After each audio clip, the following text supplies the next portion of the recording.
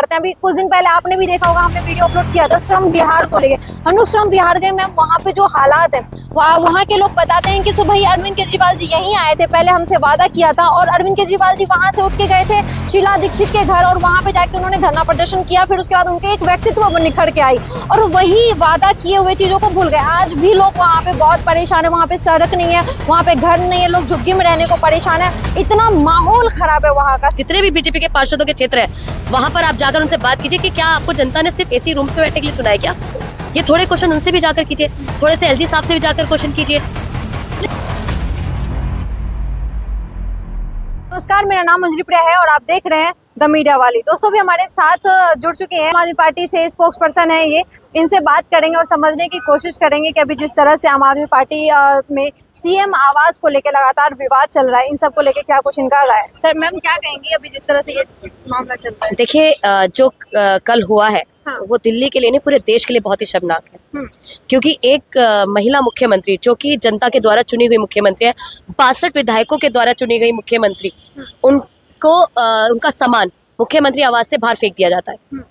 ये बहुत ही शर्मनाक है, ये लोकतंत्र के लिए भी बहुत दुखदाई है, क्योंकि जनता ने चुनकर लेकर आए। एलजी साहब एक पार्षद का चुनाव लड़के देखे, वो भी नहीं जीत पाएंगे।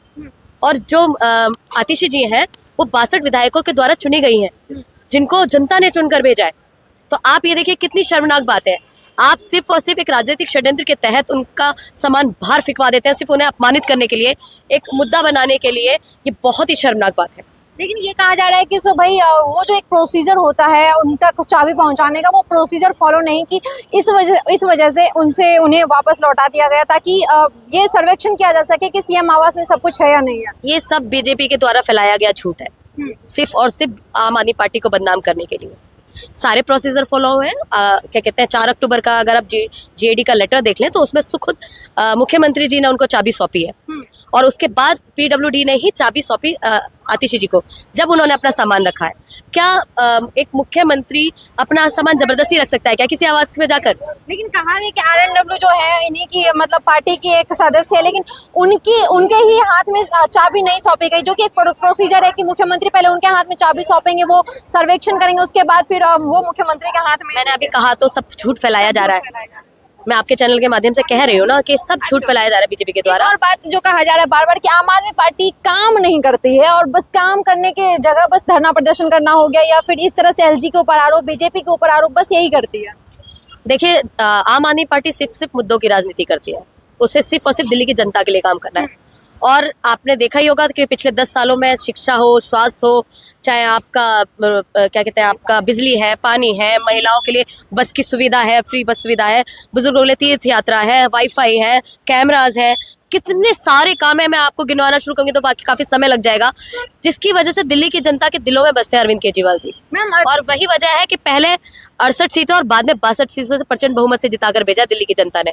और खुद मोदी जी को ये पता है कि वो ये काम नहीं कर सकते, इसलिए सिर्फ और सिर्फ राजनीतिक षड्यंत्र करके उनको अपमानित किया जाता है, उनको बदनाम किया जाता है, ताकि आम आदमी पार्टी को खत्म किया जा सके और मुख्यमंत्री अरविंद केजरीवाल जी को खत्म किया जा सके। और उसी तरीके उस पर ये जो साजिश की गई है, ये जो षड्यंत्र किया गया है उन्हें मुख्यमंत्री आवास से निकाल देने का, ये बहुत ही दुखदाई है। मैम बस एक लास्ट सवाल करेंगे, क्योंकि हम लोग ग्राउंड रिपोर्टिंग करते हैं। अभी कुछ दिन पहले आपने भी देखा होगा, हमने वीडियो अपलोड किया था श्रम विहार को लेके। हम लोग श्रम विहार गए मैम, वहाँ पे जो हालात है वहाँ के लोग बताते हैं कि सुबह ही अरविंद केजरीवाल जी यहीं आए थे, पहले हमसे वादा किया था और अरविंद केजरीवाल जी वहाँ से उठ के गए थे शीला दीक्षित के घर और वहाँ पे जाके उन्होंने धरना प्रदर्शन किया। फिर उसके बाद उनके एक व्यक्तित्व निखर के आई और वही वादा किए हुए चीजों को भूल गए। आज भी लोग वहाँ पे बहुत परेशान है, वहाँ पे सड़क नहीं है, वहाँ पे घर नहीं है, लोग झुग्गी में रहने को परेशान है, इतना माहौल खराब है वहाँ का। श्रम विहार की बात कर रही हूँ मैं।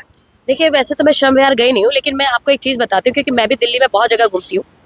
जहाँ तक आप झुग्गियों की बात कर रहे हैं, तो झुग्गियों में आप देखिए फ्री बिजली, पानी और फ्री जो आपकी बस सुविधा है, उसका बेनिफिट कौन ले रहा है? एक मीडियम क्लास, एक गरीब आदमी, वही तो ले रहा है ना। तो ये सब काम किसके लिए किया जा रहा है? गरीब आदमी के लिए किए जा रहे हैं। आज अगर बसों में अगर कोई मुफ्त यात्रा कर रही है महिलाएं, तो वो कौन कर रही हैं? मिडिल क्लास और आपकी गरीब महिलाएं कर पा रही है ना। और अगर तीर्थ यात्रा कोई जा रहा है तो उसका फ़ायदा कौन उठा रहा है? गरीब उठा रहा है ना। आज अगर अस्पतालों में मुफ्त दवाएं मिल रही हैं, आपके टेस्ट फ्री हो रहे हैं, आपको अच्छी सुविधाएं मिल रही हैं, वो किसको मिल रही हैं? वो गरीब लोगों को ही नहीं मिल रही है ना। आज अगर सरकारी स्कूल अच्छे हो गए हैं, वर्ल्ड क्लास स्कूल बन गए हैं, उनका स्टैंडर्ड बहुत हाई क्लास हो गया है। गरीब बच्चों के आज जो बच्चे हैं वो MBBS करने के, IIT करने के सपने देख रहे हैं, इंजीनियर बनने के सपने देख रहे हैं। तो किसने किया है? वो अरविंद केजरीवाल जी ने किया है ना गरीब बच्चों के लिए। तो ये जितने काम है सब गरीबों के लिए किसने किए? अरविंद केजरीवाल जी ने किया ना। और उन्होंने जितने वादे किए, चाहे वो बिजली का था, पानी का, जितने वादे किए, चाहे उन्होंने वाईफाई का वादा किया, चाहे उन्होंने कैमरास का वादा किया, जिस चीज का उन्होंने मुफ्त शिक्षा का, मुफ्त इलाज का, मुफ्त बिजली का, पानी का, जितने वादे किए सारे वादे पूरे किए। आप मुझे बताइए, कोई ऐसी सरकार बताइए जिसने अपना घोषणा पत्र कभी 50% भी पूरा कर दिया हो? और उन्होंने तो जो घोषणा की उससे भी ज्यादा करके दिखाया। ये सारी चीजें बस कुछ ही एरिया में हुआ है, जबकि हम लोग जब मनीष सिसोदिया जी, हम लोग कहाँ गए थे सर? मनीष सिसोदिया जी के घर के साइड में, परपतगंज के साइड में है, वहां पे हम लोग गए, वहां पे भी हमने देखा कचरा फैला हुआ है, ऐसे ही सारा कचरा फैला हुआ है, लोग बहुत बुरे स्थिति में रहने को मतलब बेहाल है, सीवर लाइन नहीं बना हुआ है, सीवर लाइन डला हुआ नहीं है, ये सब चीजें। परपतगंज में किस जगह पर गए थे आप? मैम ये IP extension exactly IP extension में जो पार्षद है वो बीजेपी के हैं, ये आपको पता है? क्या आपने वहाँ के बीजेपी पार्षद से पूछा जाकर कि ये कचरा क्यों पड़ा है? ये किसकी जिम्मेदारी है? क्या उनको सिर्फ और सिर्फ ऐसे रूम्स में बैठने के लिए चुना है जनता ने?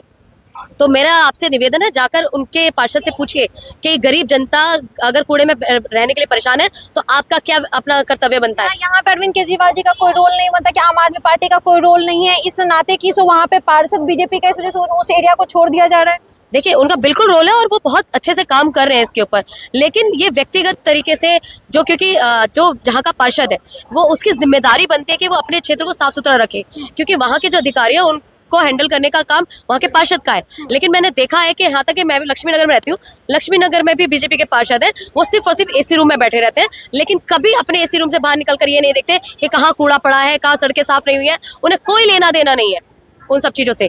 तो मैं आपसे रिक्वेस्ट करती हूँ कि जितने भी बीजेपी के पार्षदों के क्षेत्र है वहाँ पर आप जाकर उनसे बात कीजिए कि क्या आपको जनता ने सिर्फ AC रूम्स में बैठने के लिए चुना है क्या?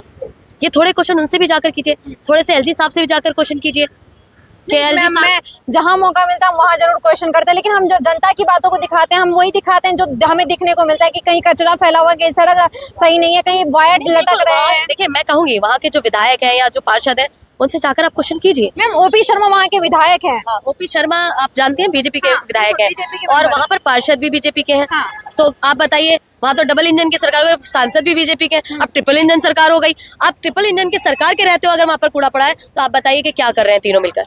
आप उनसे पूछे जाकर ये बात। उन सब के ऊपर जो मुख्यमंत्री बैठे हैं वो तो आम आदमी पार्टी के है ना। एक बात बताइए मुझे, घर आपका, आप उसकी जिम्मेदारी आपकी रहेगी या फिर जो क्या कहते हैं आपके जो सांसद हैं या उनकी रहेगी? मेरी रहेगी। तो फिर आप उनसे जाकर पूछेंगे ना। तो ये जो क्षेत्र है वो किसके अंडर आ रहा है? OP शर्मा जी के अंडर आ रहा है, वहाँ के पार्षद के अंडर आ रहा है, वहाँ के सांसद के अंडर आ रहा है। तो कृपया जाके, मेरी रिक्वेस्ट है आपसे कि तीनों से जाके एक बार क्वेश्चन जरूर पूछिए। श्रम विहार में अमतुल्ला खान की जो है, जो वहाँ पे विधायक हैं और वो मतलब आम आदमी पार्टी से हैं, उनको लेके क्या कहेंगे आप?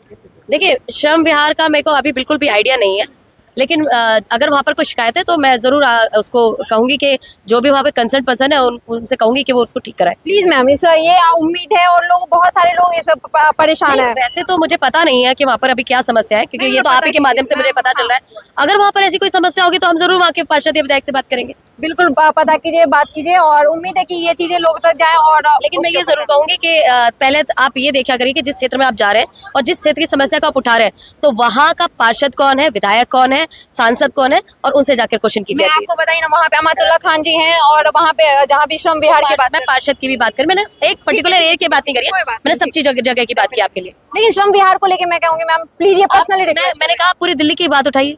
चलिए ठीक है, thank you so much ma'am, thank you. तो जैसा कि आपने देखा, अभी आम आदमी पार्टी से हमारे साथ स्पोक्स पर्सन जुड़ी हुई थी, इनसे हम बात करेंगे और समझने बात की, और जो भी हमने समझा, हम बस यही उम्मीद करते हैं कि ये इन चीज़ों पे काम करे। बातें सब जगह होती है, लेकिन काम जहाँ होता है पब्लिक उन्हीं को चुनती है। धन्यवाद।